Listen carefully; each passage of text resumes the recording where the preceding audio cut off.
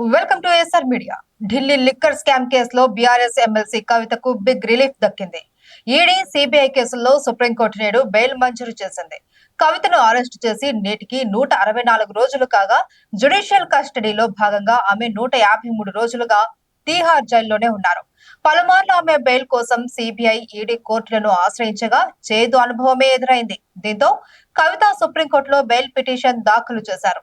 నేడు ఈ పిటిషన్ విచారణకు రాగా జస్టిస్ గవాయ్, విశ్వనాథ్లతో కూడిన ధర్మాసనం ఆమెకు బెయిల్ మంజూరు చేసింది.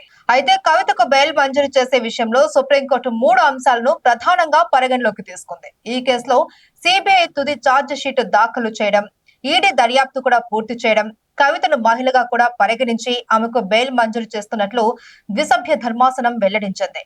10 లక్షల చొప్పున 2 కేసుల్లో 20 లక్షల వ్యక్తిగత పూచీకత్తుతో పాటు పాస్పోర్ట్ ను స్వాధీనం చేయాలి అని ఆదేశించింది. ఇక దేశవ్యాప్తంగా సంచలనం సృష్టించిన ఢిల్లీ లిక్కర్ స్కామ్ కేసులో కవిత మార్చి 15న హైదరాబాద్ లో అరెస్టు చేశారు. ఈడీ కోర్టు ఆమెకు మార్చి 26న జ్యుడిషియల్ కస్టడీకి విధించింది. అప్పటి నుంచి కవిత తీహార్ జైల్లోనే ఉన్నారు. ఇదే కేసులో సిబిఐ ఆమెను ఏప్రిల్ 15న అరెస్టు చేసింది. పలుమార్లు సిబిఐ అధికారులు ఆమెను విచారించి అభియోగాలు మోపారు.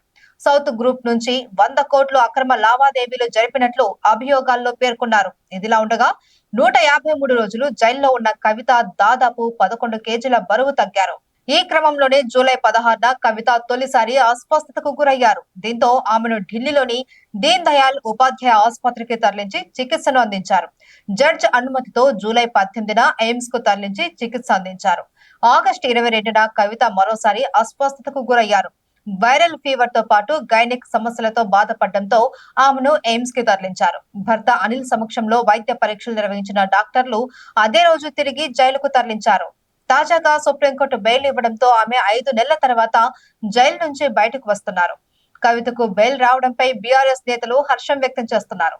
సాయంత్రం 6 గంటల తర్వాత కవిత జైలు నుంచి విడుదలయ్యే ఛాన్స్ ఉంది. ఈ మేరకు బెయిల్ ఆర్డర్ కాపీలను తీసుకుని న్యాయవాదులు తీహార్ జైలుకు బయలుదేరారు. ఇదిలా ఉంటే కవితపై ఉన్న ఆరోపణలు అన్నింటికీ తమ దగ్గర ఆధారాలు ఉన్నాయని ఈడీ చెప్తున్నప్పటికీ కవితకు బెయిల్ రావడం వెనుక ఎన్నో అనుమానాలు వ్యక్తమవుతున్నాయి. ఈ బెయిల్ సక్రమ పద్ధతిలోనే వచ్చిందా, లేక దీని వెనుక ఏమన్నా రాజకీయ కారణాలు ఉన్నాయా అనే అంశంపైన సర్వత్రా చర్చ జరుగుతుంది. ఒకవేళ ఇదే నిజమైతే కాంగ్రెస్ చేస్తున్న ఆరోపణలపై బలం చేకూరేలా కనిపిస్తుంది. హరీష్, కేటీఆర్ ఢిల్లీకి పలుమార్లు వెళ్లారు. ఇవాళ కూడా ఢిల్లీలోనే పాగా వేశారు. ఇక్కడ ఇంకొక విషయం ఏంటంటే కవితకు మానవ దృక్పథంతో మహిళ అనే జాలితో బెయిల్ వచ్చిందా, లేక రాజకీయ లాబియింగ్ లో భాగంగా వచ్చిందా అనేది ఆలోచించవలసిన విషయం.